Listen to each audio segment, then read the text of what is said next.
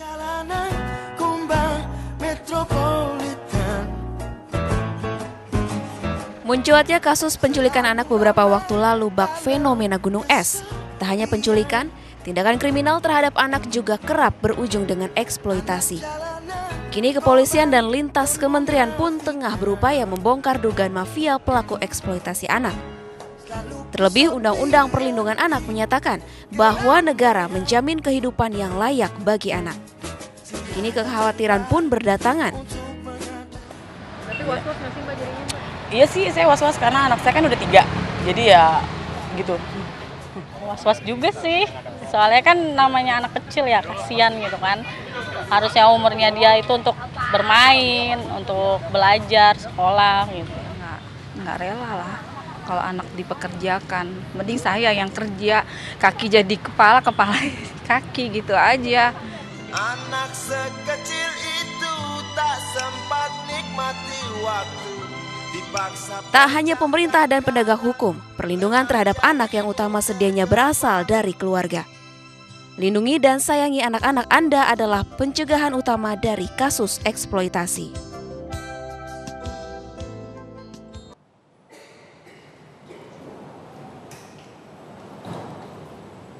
Ya Bang Saleh, fakir miskin dan anak terlantar dipelihara oleh negara, itulah bunyi salah satu pasal di Undang-Undang Dasar 1945. Tetapi faktanya tidak demikian. Sebetulnya pemerintah sudah melakukan banyak hal. Hanya saja memang fenomena yang terjadi di masyarakat ini tidak bisa dituntaskan. Kan masih banyak kejadiannya. Saya yakin pemerintah sudah melakukan banyak hal ya. Kita lihat mereka punya panti-panti asuhan, mereka juga punya pusat-pusat pendidikan anak. Tetapi yang di luar sana ternyata masih banyak sekali masyarakat kita yang tidak sadar terhadap penegakan konstitusi itu. Artinya yang salah sebenarnya ada masalah di hulunya sebelum kita berbicara di hilir ya, seperti itu. Ya, jadi saya kira begini, pemerintah itu punya keinginan seperti ini, katakanlah memelihara anak-anak begitu, tetapi aparatur yang ada itu tidak bersinergi dan berkoordinasi dengan benar. Sehingga katakanlah misalnya kepolisian, itu mestinya kan kalau ada yang tindakan-tindakan seperti kemarin itu tanpa harus diminta oleh KPAI atau tanpa harus diminta oleh Kemensos atau Menteri PPPA, mereka sudah bisa langsung bergerak bertindak sendiri. dan implementasi hukum itu jalan. Baik. Nah sekarang kan tidak. Dan yang kedua yang paling penting lagi sebetulnya adalah kesadaran kita sebagai warga negara dan masyarakat. Kita kadang-kadang melihat di tengah-tengah masyarakat kejadian seperti itu, malah kita menganggap itu sesuatu yang biasa. Dan celakanya lagi, masyarakat itu suka memberikan uang kepada anak-anak yang bekerja di jalan. Padahal itu eksploitasi. Dengan alasan iba. Iya, harusnya tidak boleh. Karena kita juga punya perda juga, punya peraturan gubernur juga kalau tidak salah yang melarang memberikan uang di perempatan-perempatan kepada anak-anak kita. Nah itu tapi sekali lagi kan penegakan undang-undangnya juga tidak di pergubnya atau katakanlah perdanya ada, tetapi implementasinya tidak ada yang ngawasin. Buktinya orang memberi tidak ada hukuman juga. Mestinya kan kalau ada yang memberi ada hukuman baru, ada efek jerahnya.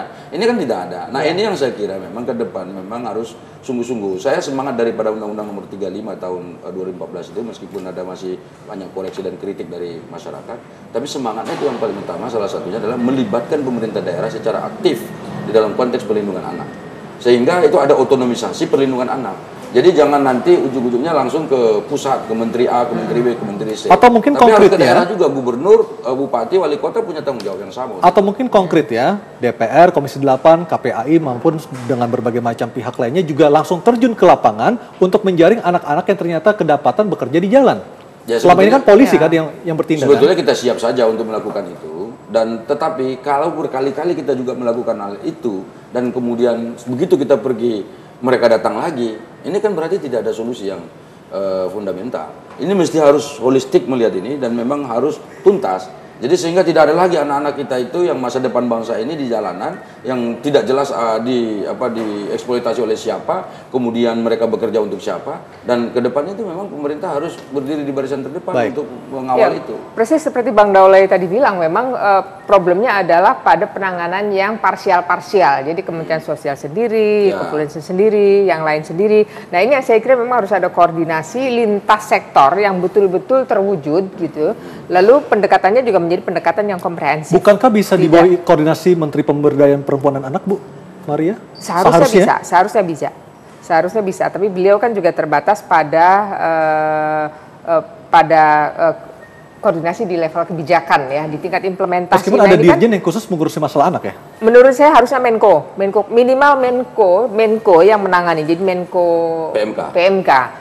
Dia yang memiliki kewenangan mengkoordinasikan lintas sektor terkait dengan anak jalanan atau anak-anak. Dan selama ini KPAI belum melihat adanya peranan Menko PMK untuk mengkoordinasikan supaya masalah anak ini tuntas. Mungkin sudah, tetapi menurut kami kurang intensif gitu ya. Jadi lebih sebetulnya pemerintah itu sudah memikirkan ini dan mereka sudah bekerja, aja harus diakui juga ya.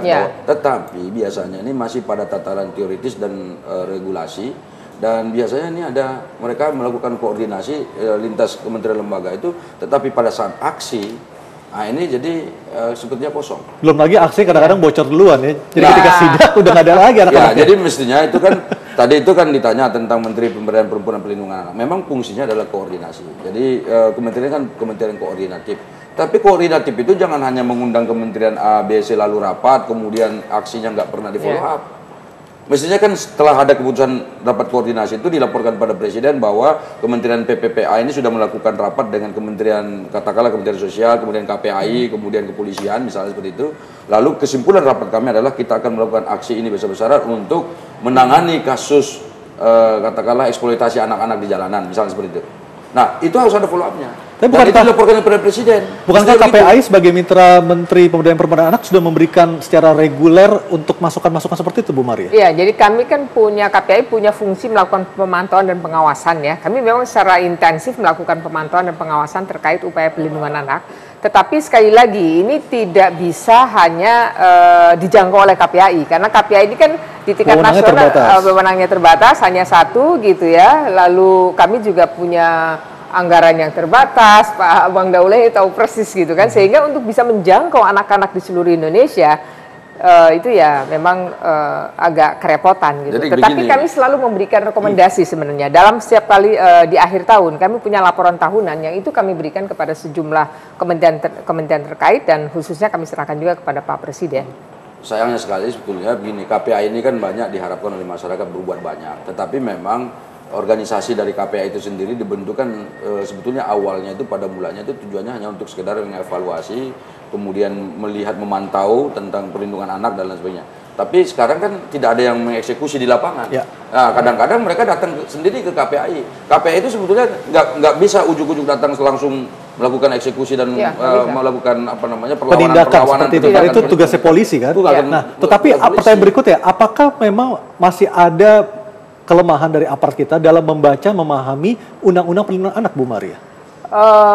Persoalannya bukan tidak memahami ya. Saya kira mereka juga tahu bahwa ada undang-undang perlindungan anak nomor 23 tahun 2002, lalu direvisi menjadi undang-undang 35 tahun 2014 gitu ya. Tetapi persoalannya belum dijadikan undang-undang ini sebagai acuan dalam mengeksekusi ya, dalam menangani kasus-kasus yang terkait dengan pelanggaran hak anak.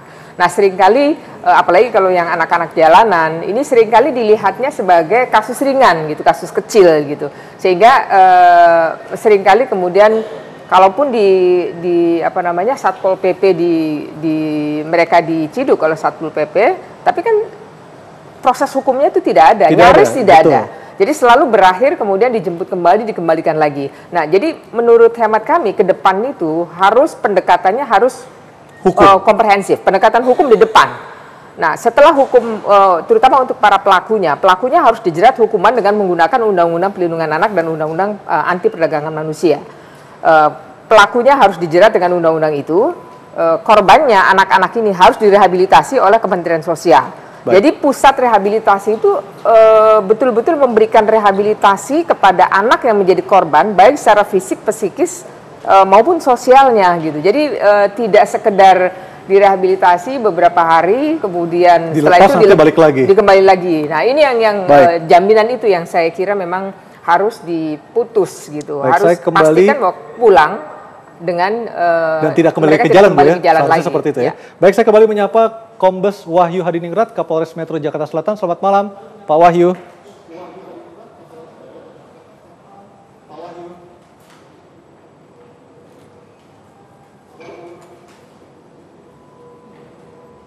Halo Pak Wahyu.